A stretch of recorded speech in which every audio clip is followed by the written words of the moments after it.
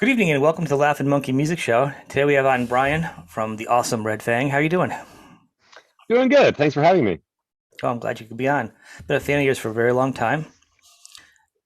You guys, I'm gonna start off probably some of the best videos out there. I literally, I don't think I've ever seen a bad video from you guys.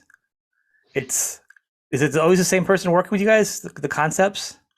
The majority of the ones that people have stuck in their heads from the past 15 years are from a guy named Whitey McConaughey, who and he did the prehistoric dog and wires and Hank is dead and cut it short. So like the live action funny ones are generally him. More recently, we worked with this guy Ansel Wallenfang, who did two music videos for our latest record, Arrows. He did animatronic um, band that was, that it's a pizza shop, and the lead singer gets addicted to pizza. Um, anyway, it's sort of it was a departure for us. But anyway, I just want to say that, yeah, Whitey's not the only guy making videos for us, but yeah, I think that's the one. He's the one who kind of put us on the map. You guys, well, I wouldn't even know the difference because they're all pretty funny. I mean, the last one I was watching was the katana one with you guys are taking turns with the sword. Yes, that's Whitey as well. Right. That's our most recent video we Yeah. worked For on with arrows. him for Arrows. Yeah, Yeah. we made that video probably 2 years ago or something. It was before we finished it before the pandemic started. Because the album was supposed to come out in May of 19 Oh, or really? May of 20, and then we just started pushing it off and off and off because we're like, well, I don't know, Yeah. I mean, is it smart to put out a record if you can't tour on it? And you know we, I guess, collectively decided that it was not a good idea to put a record out and just on its lonesome. So we waited over a year. Finally came out June of 20 of last year. And then Delta came around and shit seemed to get worse instead of better. And then so we had all these tour plans and everything, and then we had to cancel all of 2021 too. I was like, oh my God. For someone that Anyway, tours all the time so like you, what do you do with all that free time? You must have been the biggest I honeydew list in the um world or something. I mean, I go crazy. I spent a lot of time in my basement learning how to do home recording, which I think is common for people. But it was that was definitely the silver lining for me, because man, I just really sort of hated the idea of do having a computer anything to do with my musical stuff. I was like, Mhm. man, I don't want to control alt something when I'm trying to rock or whatever. But clearly, the future has caught up with me. And anyway, and I was just forced to. I was like, the only way I'm going to be creative, musically creative, is if I and doing this, because we couldn't have practices. So it was just a matter of sending demos out and stuff. And honestly, we weren't very, as Red Fang was not very active that way. That's just not how we worked, which is okay. But I started like a side project with a good friend of mine, and I just learned how to do. I mean, it's not, let's say, I'm going to charge people to record in my basement or anything like that. But for my purposes, it's really cool. And I've gotten to the point where I don't sit down and feel like just getting the computer ready to go is going to destroy my my inspiration, whatever creative inspiration I had to pick up my guitar in the first place. Now I can just sit down, turn it on, and I'm playing within 30 seconds. Um, so that's been really nice. So anyway, so yeah, I spent, yeah, like a year. I mean, I was on unemployment. So I did have a lot of free time, but I used it, and so that's going to be something that's part of my life for definitely a positive change. So, and more recently, because of this new round of tour cancellations, I started bartending. So, um, which has been good for me, because I'm not the most social person, so being forced to talk to people from a wide variety of social um you know worlds or whatever, that I can be exposed to different ideas and stuff. I think that's positive too. I mean, I'd rather be touring, but I get that. I would you know, think, see, bartending would be a cool job if I could remember all my drinks. I'm like, if people just want beer, I could be the great bartender.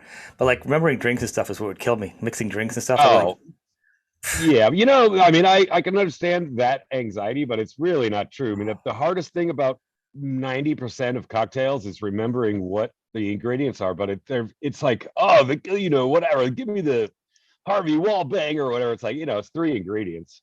Put it in a glass, drink it. I mean, it's not. I mean, maybe there's some artifice in making it seem like you're doing something beyond. I mean, I think the most important thing about being a bartender is having is being able to be positive with people, having energy, to relate to people. And sometimes that can be a challenge, like somebody's coming at you with a vibe that's not really where you're at, but being like, all right, I'm going to try to see it your way for the next, 90 seconds. You that's have my ear. it's gonna be Whatever crazy shit you're talking about, I'll listen to you for 90 seconds. kind of challenging for you then, you know. Yeah, it is. I mean, I don't, some people are very natural at it. I'm not, it's not natural for me. Well, I mean, you're in a band, and obviously you sing and you play guitar, so you are social and antisocial, I guess, at the same time. But then you're used to being in clubs all the time, so the bars have probably a comfortable feeling. Like you don't feel like you're like anxious about it because you're playing a lot of clubs. Yeah, that's true. Yeah, it's my native habitat, I Yeah, guess. right. Yeah. Just really find you out in the wild, I'm out in just the on the brush. I'm just on the wrong side of the bar. It'll give you a different perspective now, right? Well, I'd bartended in the past. That was my job before the band started taking. We Yeah. started doing so much stuff that just nobody was going to cover my shifts anymore, and so I just had at that point I was like, well, I have no choice. I can either choose to, to remain a bartender or do rock and roll. And that man, it spent seconds just agonizing over that. Yes, You know, that's right. yeah. I mean, so because you guys, the first album was like was it 205? Yeah. I mean, it came out. I mean, it was a couple of tour EPs, Right, that and was then the it was an LP on Wantage Records, Mhm. out of Missoula, and then Sergeant House picked it up from them. So I don't know. I mean, it was like that. I guess Sergeant House, it probably came out on Sergeant House in 2010 uh, or something, which I guess is probably uh, what a lot of people think about it the being Red Fang, when the it Sergeant really House came one, out. 2009. It says on. I have the discography on the side here, Oh, there you go. So just I in mean, case I had but to I like guess reference something and keep it up. Yeah. yeah, I would say that record probably first came out in 2007 or 8 Yeah. on Wantage, and then it got picked up and got a more Wantage didn't really have doesn't really have a huge distribution system, so Right. um, That's always the thing. for all intents and purposes, it came out in 2009. Yeah. That's when I first, when the first time, or between that and then the Murder of the Mountains, when you also went up to Relapse Records. You know, Yeah, when you became when you became a big label top 40 band. That's when I. I know. I was just like, God damn it! My closet just filled up with gold lame. I'm like, what happened to my life? But you guys have consistently put out strong albums each time. They've grown each time. Has the songwriting changed a lot from you, like how you guys do it? Because, and I also had a question tied with that. Is like the vocal duties. How is that kind of broken up? Is it who writes the song? And because you guys feel like you guys kind of share everything. Yeah, I would, I would say we're about 50-50 as far as who um, agrees to do it. But I think when the band started out, I don't think any of us really felt very singery. I mean, it was just like it felt like a job that had to be Singish. done. And I guess I was the most willing to do it at the time. I had sang some in a previous band, Party Time, with John and David. So I guess maybe I was a little bit ahead as far as that goes. And I started doing that, and then I think our first West Coast tour, I just completely lost my voice after 4 shows. Like literally, you couldn't understand what I was saying unless you leaned in. Um, and so Aaron, I think on that tour, sang a couple of songs just because Lighten the load. you couldn't hear me. So he was Yeah. just like, I'll just cover for you. And then it turns out that he has kind of a very pleasant voice. So I think he just by he was trial by fire. He was like, well, I pretty much know the lyrics, and I'll just sing these songs. And then some of the songs like Sharks is, for example, off our first record is now a song that he sings because as fantastic I think as or as exciting and urgent as like the those really high notes, Yeah. that screeching kind of thing. I think it's a real rock and roll exciting element. It just was not realistic for me. So now, whatever 15 years later, Well, yeah. that was one of our first batch of songs. That's his song. He sings because he can handle those notes.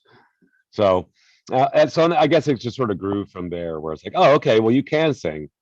Well, let's both do it then, which is great. And it's easier on both of our voices, and neither of us have like some kind of lead singer syndrome where we're like, oh, it's all about me and where's my limo, you know what I mean? No, of course. Well, We that's just why I was it's asking. Like, I don't know how you guys like Lennon and McCartney.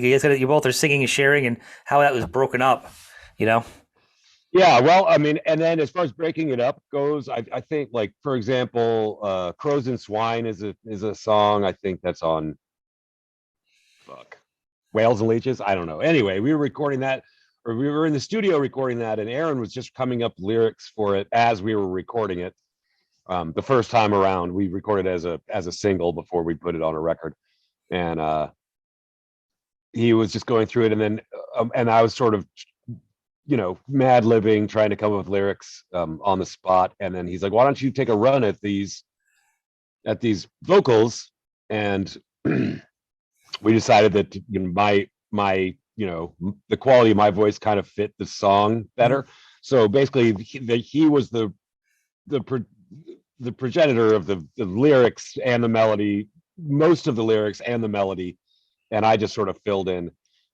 So we'll do that, I think, where it's like if someone comes up with an idea, we'll just have we'll both kind of give a go at it and just see which one jives with the mood, or the best, which I think is great. I some of my favorite singing moments are things that he's written his melody and his lyrics, because there's a comfort factor in that, being like, well, this isn't me, like I don't have to feel self-conscious about that, I just have to execute it, and it's sort of, and it's out of my normal my normal patterns. I mean, just being in a band in general, that's kind of the beauty Yeah. for me. It's just like, wow, I would never ever do, my hand does not make that shape, and now it does. So I've got all these horrible hand shapes that I would never have otherwise, and so that's exciting, and I think singing is just an extension of that. Well, that's the thing. I mean, you guys with two singers and the shared everything. You guys, it feels like you guys do have a certain sound established from you guys while singing.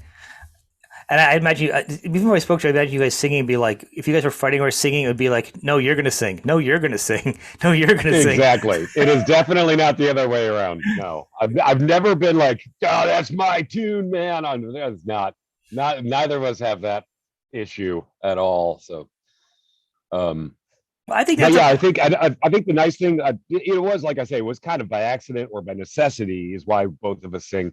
But I really do think it's helpful for our live show, and I think just to be a more listenable band. I think when someone gets sick of me doing my Cookie Monster, they get a break, and they get sick of hearing someone sing notes. They're like, wait a minute, oh, here's the trash guy, here he is again. You know what I mean? Just the variety is yeah. nice. So. Was it a challenge when you came on playing, going from guitar as a singer and playing guitar? I hear a lot of people like, oh my god, it's the hardest thing in the world, playing and It singing. was it was hard for me. Yeah, I've never had any formal training to do such a thing. So honestly, I mean, I'm not too proud to say that if you go back in our earlier songs, anytime I sing, check out what the guitar is on the right channel is doing. And generally it's like one note, like Bird on Fire. It goes, and then the singing starts, and the guitar in the right channel starts going, which I think works. Of course it does. Well, Um, that's it. You know, the style of music, it though. works. It works textually, but it also is a great crutch for someone who can't handle rubbing their stomach and chewing gum at the same time. You know, which is basically what you have to get used to. And I think Aaron and I have both sort of worked that we're better at that now. Like I feel like I can actually play a riff and sing a different time. You know, I can emphasize different things within a riff, and which is nice. You know, Yes, but it's a skill. I can't even talk and but play that's guitar. but that's my advice to people is you know if you want to start doing that, just cheat first. You'll get used to it. You know, just either that or you know or don't play guitar at all. Just when you sing, if that's a just you know that's just bass and drums or whatever. Power chords. Or sing Yeah, between the exactly. chords. Some people do that. They sing between the chords as they're strumming. They do that. Um, Yeah. so with the COVID, I mean, you guys were really touring. You guys, once you guys hit pretty big. Like you seem like you got pretty popular pretty fast in the, you know, I don't know what you call it, this, we call it stoner, do me. I don't even know what they call it. I'm not good with labels anymore at this point in my Oh, life. me neither. Yeah, I know. In this genre, I mean, you guys got a good rep right away. I mean, not I'm gonna say this, we're not talking like limousines, but pretty much out of the starting gate, you know, like when I said pre-struck dog, I Well, knew who you were, and I don't know. I mean, well, we started in 2005, so there was at least 5 years of complete anonymity. Um, you know, I mean, we played shows in like I remember playing a show in Salt Lake City, and there was four people, and they were sitting at a booth, and they would politely clap between the songs, and then we finished our set, and they're like, and it was like a short set, like a half an hour or something, and they're like, play another one. We're like, yeah, right. You guys couldn't even get out of your booth. You're the only ones here, and you're sitting there in front of your pitcher of beer, like a bunch of bumps along. They're like, well, if you play one more, we'll stand up. We're like, get out of here. So it's band anyway, practice. we right exactly. But I mean, we did it. Do you know we put in our time, you know, and I think that too. I think once most people have noticed that we existed, then there was a lot of groundwork to make Right. that happen. But I think in our case, it was pretty drastic. Our first video was for Prehistoric Dog, and it was the video we're fighting larpers dressed I up was in the in LARPing video. That is the best. Oh my god. yeah. Oh my God, that video is so good. Whitey was, called us up. Was like, I think I got an idea for a video. Let's meet. And and we met him at a bar, and we were just, he was telling us the treatment, and we were just laughing so hard. And I was like, oh my God, this video is half as good as what you're talking about. Is going to be great. And he killed it. He Oh, really did a great job. So, but I would say that video, I think that really made us relatable to people. I mean, that song existed for a couple of years before that video too, and that it was yeah. on MySpace with almost no listens, and it was we were treading water. I felt like at best, and anyway, just I think that video people would see it and go, oh, okay, these guys aren't trying to be something. These are Yeah, just that's why some I think I came dudes. across you guys was that video. But yeah, this one Okay, like well, once you got so if that's your first exposure, then just know that there with those 5 years of the grind where it was like, oh, what are we doing? I mean, we love playing music, so that's what we're doing. were you But doing I mean, covers at I all don't, at that point? never been really big on covers. I don't know. I mean, we've done a handful, but back then, did a Wipers cover pretty early, Yeah. maybe. Yeah, no, I mean, we should do more covers because they're fun. And like in the same I'm not way, even saying now. I just mean uh, like back then because you a new band that nobody knows and you play a club. They're like, we don't even know all your songs. So I was just curious, right. like if you did any covers back then and kind of what you guys would do for covers. A little interesting because you're your own band. You don't do any covers ever. Right. Well, we've done a few. And it's fun to do because then you're kind of getting inside the head of a completely different songwriting organization. You're like, how they do it? What's their deal? And it's so it can be enlightening. But anyway, once that video came out, and then the Whitey's, she was doing some press management for him at the time, but Kathy Pallo from Sargent House, and I think that's how she got exposed to us. Which so basically that video was the direct cause of us getting signed to Sargent House. Yeah. So anyway, I mean, I believe in our band, but I do believe that without that that kick in the pants, I'm not sure really where we'd be if we'd be a band at all, So um not complaining, No, but I no. mean, I mean, but these days trying to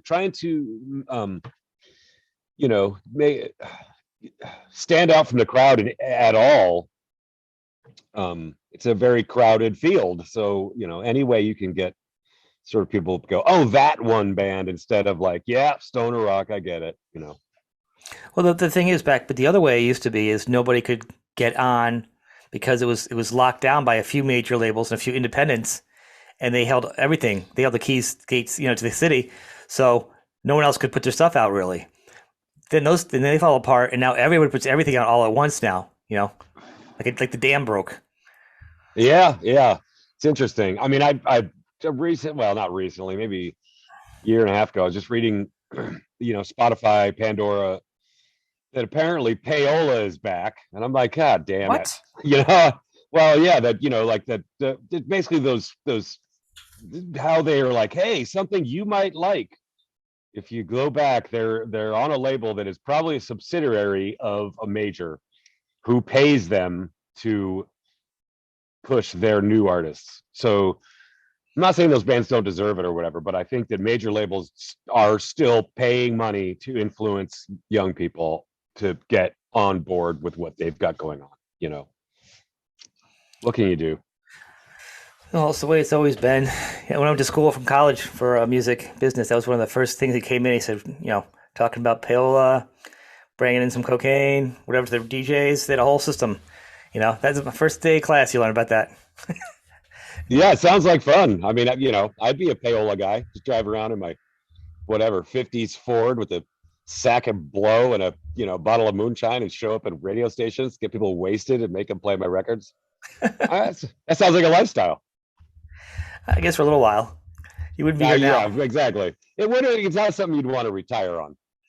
No, but I mean, I think what's really good about you guys is you really have had this, yeah, nice steady growth with each of your albums. That's what I would say is what I'm really most happy about with our band is that I don't think there ever was an explosion where we're like, oh my god, they're the cat's meow or anything. I feel like it was a slow up, incline Mhm. in people who attending, album sales, everything was just slowly and steadily growing. Um, which is not like, there's not going to be some kind of heavy metal biopic that's like, oh, and then it was crazy. It's like, no, but we were just constantly, diligently getting out there and getting in front of as many faces as possible. And anyway, and I think I was like, man, like Clutch, for example, they just seemed like a band. Well, I mean, they certainly had, uh, a, a lot of success in the mainstream and stuff in the 90s, but they just have a really dedicated hardcore fan Audience. base, Oh and yeah. so they've taken it all back. They put their own records out. They don't, they just do it all themselves, and they've made it a family business that has been going strong for what, 25 years, something Yeah. like that. And that's badass. And I was like, God, if we could have that for our band, because I just love making music, and I don't, I wouldn't trade what we have for some, moment where I get to announce the Grammys or something. I don't care about that. Yeah, What I gross. want to do is my entire life be allowed to do this very, sort of esoteric thing. Make music, make people happy. It's just, I'm like a kid in a candy factory still. I love it, and the way this band has gone has really achieved everything that I could have ever wanted it to. Just to make. I'm just like, wow, we should put another album. Like any problem we have, it's like we need to make, put out another album. It's like, shit, you mean I have to spend hours and hours playing music? That's like, that is not a problem. I got it. Well, it shows. You guys have like it's the rise like back in the '70s when a record label would come in and you wouldn't have to be multi-platinum. You wouldn't have to do it. They work you for a couple years, get a couple albums out. As you slowly grow, build a fan base. You know, bands don't do that much Yeah. anymore. It's not like that. So it's kind of it's really special. You guys can do that right now, and the fact that you guys are all still together, getting along and playing and touring, especially not in the glamorous world of jet setting, you know, shows a lot about the Yeah. people you are. It's a Yeah, challenge. we're still get, our green room, we're still like, someone's sitting on the mop bucket. I mean, that shit still goes down. So No, but the fact you guys are all together though through all these years, I know. I mean, it's amazing. just, we're not in some really lavish situations, but we just love it, and it is kind of amazing. 15 years of band doing this. If you're not getting rich doing it, it's like, a lot of people would just say, okay, well, I've done that, and now I'm gonna go make my millions producing or something. But I'm like, fuck that. I want to be in the band. I mean, that's what it seems to me, and I'm not that educated on it, but it does seem to me like everyone's making more money than the band. Your management and everybody. It's just Mhm. like your slice of pie is about the same or less than a lot of other people that are involved in it. So you really do have to love it. It's not about money. Well, yeah, I mean, even the clubs get. I never realized this until I learned. Even with merch, they get a piece of the merch profits in clubs. That's like the mafia. That is so crooked to me. I heard that. Oh, I don't like it. Yeah, I mean, man, I mean, I could go on and on about just the with various shit we pulled to get around that, and but the thing is, it's predatory, and they're like, well, you're taking up the space for a booth, so that's where customers could be. I'm like, okay, well, we sold your club out, and what would be going on if we weren't here? Do you really think that booth was going to make more money for you than us not being here? I don't see how we need to. I mean, it's like, okay, you want 10% of my merch sales? How about I take 10% of your bar sales and we'll call it good? How's that? How does that strike you? And nobody says that's a good idea. You know what I mean? It is just ridiculous. Like they're doing you a favor, and a lot of young bands, they don't have any backing, so they really have no choice, you know.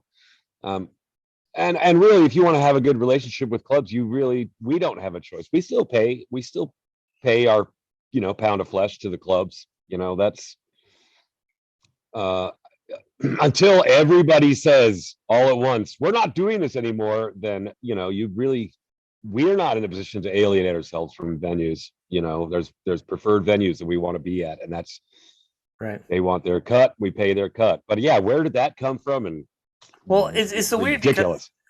and I may have I was listening. I've said this. I started the show, um, actually pre COVID. I was at a show with seeing Zappa plays Zappa with Dweezil, and I was in line. The person in front of me was complaining about the price of shirts, how much it costs, and I know it costs a Yeah. lot to get them made. Kind of irritated me, whatever. So I started thinking.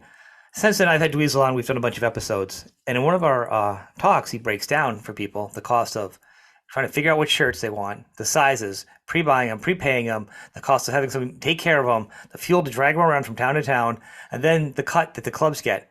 And the profit margin is so small for the band itself for a shirt. It's crazy. Yeah, and the sad thing is that's the lion's share of your profit is your soft goods. Right. Record sales are basically promotional. You're selling those. I don't know. You sell an LP for $20. The band's cut of that is maybe $3, $4, maybe. Because yeah, you're paying for the product, and you're paying through the nose for the product. I don't begrudge that, but it's true. I mean, because you're in bed with a label. Right. I mean, if you put out your own records, different story. But soft goods, we make those, and that's why some record labels, like we have a deal with Relapse where they get an exclusive T-shirt design, and generally they take the album cover as the T-shirt design. Mhm. Um, as it, that's a good idea. Yeah. That's what I would do. But anyway, I mean, we make those. We're like, all right, but how about like for example, we had a shirt where it was like it's gonna be the Predator as a dressed up like a Rastafari in a hot tub with the creature of the Black Lagoon, and they're going to be smoking weed. Well, okay, well, I've made those shirts, and that's just us, and so that's where we make most of our money. But it's true. It's like, man, anytime there's any revenue stream, the people start sniffing around. So, and that is where you make your money is It t-shirts. is. And Period. that's why So important. Sorry, I didn't mean to step on you. Well, that's why it's important. I always try to bring it up on the show, and people that are watching, we'll put the links to your merch and to your website underneath this show when it posts, so people can go directly to it and get your stuff directly online. Go to your website, go to your shows, you know, and support the bands, support the music. That's what this is about. Well, awesome. That's yeah. I mean, I keep showing up at clubs and being amazed that people are showing up. It's great. But yeah, that's where it's at, man. People ask about like how do you feel about people pirating music? And my opinion is that well, you can't do anything about it. There's no way to stop people from doing that. That's just going to happen. But my philosophy is like, hey man, if it gets someone into your band, hopefully that if they pirated a record and they've listened to it more than 5 or 6 times and it becomes a part of their life, that they will go ahead and buy it. They can kick the tires with the free pirate, but hopefully they'll be like, fuck it, I like this band, I'm gonna buy this record. Or if not, at least maybe they'll come out to a concert because of this pirated CD their buddy got or whatever, and then maybe they'll come support us, buy a shirt. That's how it all works. Well, the labels have been But it pirates. does, but it does have to end with you got to put your ass, you got to get out to the show, man, because that's how bands continue to do what they do. If you think they're going to exist for your pleasure on Spotify and you don't have to go actively support them, well, then just don't be shocked when their sophomore album is their last album. I think the other thing people don't realize is you get an artist and they're playing a ukulele or something, and this is not a dish towards them, but the younger ones and the media companies will be like, to represent other artists nowadays, they'll be like, what are your numbers? What are your numbers you hear all the time? What are your clicks? What are your views? To get a representation. And the truth is, they'll be like, well, you got somebody with a couple million hits, but it's somebody playing the ukulele in their bedroom, but they're not going to ever go out on tour. They can't play out, or you know what I mean. Then somebody that has smaller numbers, can go out and fill a club instead. Yeah, yeah. It's funny the just that whole like basically like Sims life of your band versus your band. And our Sims life is not so bad. But it doesn't really translate to the other. You know what I mean? It's like, oh yeah, we virtually are kicking ass. But I mean, it impresses my mom. But as far as the boots on the ground kind of thing, it's really two different things. Yeah, I think that bubble's going to break at some point. All these self doing everything at home and not playing out, because there's going to be a point when this people are playing out all the time. It's going to come back, and people are going to be so tired of being inside. I think I'm hoping this is going to be more of a revival, and people are going to appreciate music again, appreciate being out. I Um, hope so. I mean, I haven't. I mean, I guess I saw band. I saw one show. I've gone to see one. Well, I went specifically to see one show in the past 2 years, and it was awesome. I really enjoyed it. Of course, although I did find myself standing in the back of the room and then chatting with people and ignoring the band, and I was like, yes, just like old times. you know but it really did feel good to be in the community of music lovers and just all kind of having that. I mean, maybe I missed that as much as I did seeing live music. I mean, it's just all, I guess it's all one big awesome you know teddy bear situation. You need all the stuffing and everything. So but it's like that sense of community. I think that's what we're losing the most with having shows shut down. It's like part of your battle jacket or whatever is just like throwing down with somebody in line to get beers. And you're like, oh man, I saw that band in 1986 and blah, blah, blah. I puked my guts out. Just being able to shoot the shit with strangers and connect that way. It's awesome. I love it. what is your so you have I would say a sound. What do you have in your arsenal right now for guitars, and what are you using for like heads and for amps and stuff? We've well, David has experimented with amps more than I have. He's currently like, we're doing a one-off show this weekend, and he's bringing something. It's like I can't remember what it's called, but it's like a 4-pound 200-watt amp. It's like that big. It fits in his backpack. What? Um, so for road, and it actually sounds really good. I mean, he doesn't really depend on it for the for the core sound. He uses a, you know, out like inline effects to get his gain and stuff. But that's great for the road. But I have always, whenever possible, I will stay with the same amp that I've been, same style of amp that I've used since we started, which is, and all when we started, all three of us were using Sun amps, Sun beta leads or beta basses.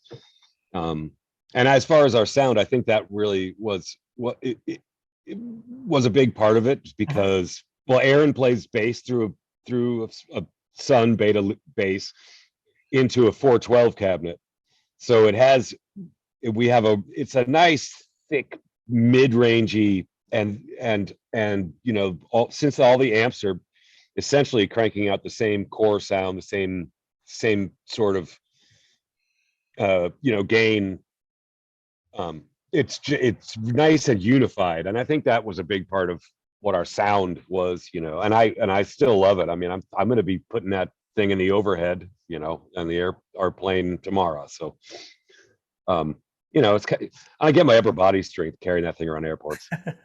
What about guitars? I've been probably the guitar I've used predominantly for the past 3 years is a Nick Huber um, Crowster 2. It's a Yeah. boutique guitar maker at a, I want to say Hamburg, Germany. Oh, they'll kill me if I get that wrong. They're from Germany anyway, and they obviously have a sense of humor because they call it the Crowster. But I was but for the 20 years before that, I was playing. I have a little monster.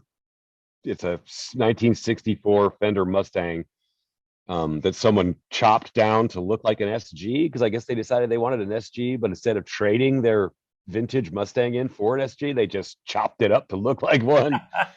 Anyway, I was like, oh my god. Anyway, I got that. It's a crazy story. I saved it from certain death, and I got it for $40 from a good friend who ended up going into a coma, and then I didn't see him. In any case, crazy. I paid him the $40. Anyway, so I played that guitar forever and ever, and I had like really nice guitars, like a new Les Paul, and I just kept, you know, it would catch me, the corner of my eye in the practice space, and I just kept moving back to that thing. So that's always been my baby up until we were flying, and there was a strike at an airport, and so they lost my guitar. Um, there was a baggage handler strike, so I couldn't get my guitar for, it was a short weekend anyway. So I had to borrow this Crowster, and then god damn it if it doesn't play great.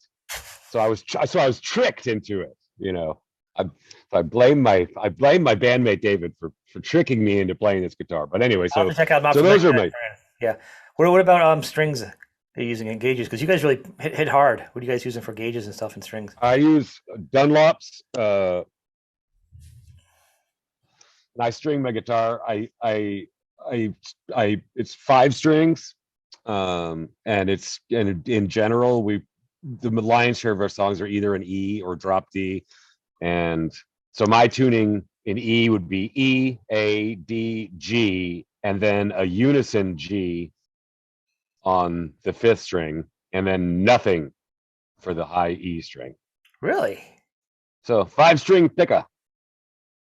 Where did that come about? That's really cool. It's interesting that I don't know how that came about. I guess I I had a really broken like. string and that's how I played. Well, that actually, unfortunately, is probably how it went, because my guitar has these little barrels, you know, these little you know, saddles that are little tiny barrels, and they were spring loaded, but they weren't affixed. They were just in there by tension. And I think I lost one. I replaced it. I lost again. And I think that was before this band. And I was just like, you know what? I don't use that string much anyway. So that's how that went. And then as far as tuning my B string down to unison G, I think it was, I was some experiment I tried, and I guess I liked it. I got used to it, and I really like it because I think it forces me to think a little more melodically, simplistically in melodies, and just having those 2 strings as a unison is not quite right. There's a little bit of warble to it. It gives it sort of a vocal quality, and so if You I'm mean like it doing has like a something, I'm weird, like, like a dissonant sound to it? Slightly. I mean, they're just because they're different gauges. The Yeah. the unison G is like a 13 or a 14, and so its tension is different. So there's no way you're going to grab it just so and it's going to hit true. So it's always a couple of cents out, A little which dance. kind of gives a little bit of squirrely, unpredictable squirrely, which I like. And then so if you're like yeah yeah yeah, and then you do that with the unison, meow, meow, meow, it has a bigger it has a bigger voice to it. It has more impact, and I'm not much of a solo guy, so I kind of leave the fancy guitar work to David. So when I do something, it's like I'm going to punch you in the face with this melodic idea. Oh, Dave's got the fancy guitar with 6 strings. Exactly. Fuck, Show off. opulent son of a bitch. All I right. mean, what does he think he's like a Melda Marcos of guitar strings? Well, you with your boutique guitar, you've kind of challenged him to keep it up with the extra strings. So, Nah, yeah. Oh no, but I mean, I kid. I mean, I I know. am I'm more of the knuckle dragging guitar player, and I'm way more blocky and direct, and he has a lot more subtlety, and I think that's a nice counterpoint within the band too. Mhm. So that's it's like we have the different vocal styles and the two guitar things. It's nice, and it's not like we had some kind of like manifesto. It's just how it worked out, and that's probably part of the longevity of the band, is because there's still things that perk my ears up every band practice. I'm like, oh, what's that thing you're doing? Let me steal that thing. Excellent. That's really cool. So, what are the plans right now for the album and the touring? Anything kind of like for people to see you and, Well, the album came out right. in June last year, and we had to cancel all the tours to support it. So the record did okay anyway. I guess people were interested, and a fair amount of people took it home, and hopefully they listened to it. Um, but we're like, well, that's life. So it's a lot of waiting. But it looks like we have a couple of one-off shows. We're doing a festival, like a stoner rock festival in New York in May, and then another festival in Austin in April. And then the European tour is going to be the first real tour we do, which will be in June, and that's big European metal festivals, which are super fun. It's like getting to join the circus for a little bit. Um, so I'll really feel like I'm back in the back in the saddle once we get out there for a month. I mean, it's been so long. I'm like, what is playing a show like? Is it? I'm pretty sure it's fun. We should try it. It's been interesting to hear people, musicians who've been touring, and then say then they aren't, and then where they're at to go back. And some of them are like, yeah, maybe I was doing too much, maybe. But everybody's putting out really good albums now, though, because everyone's able to sit down and record something, with time without having to turn around and rush it back out. They've had the time.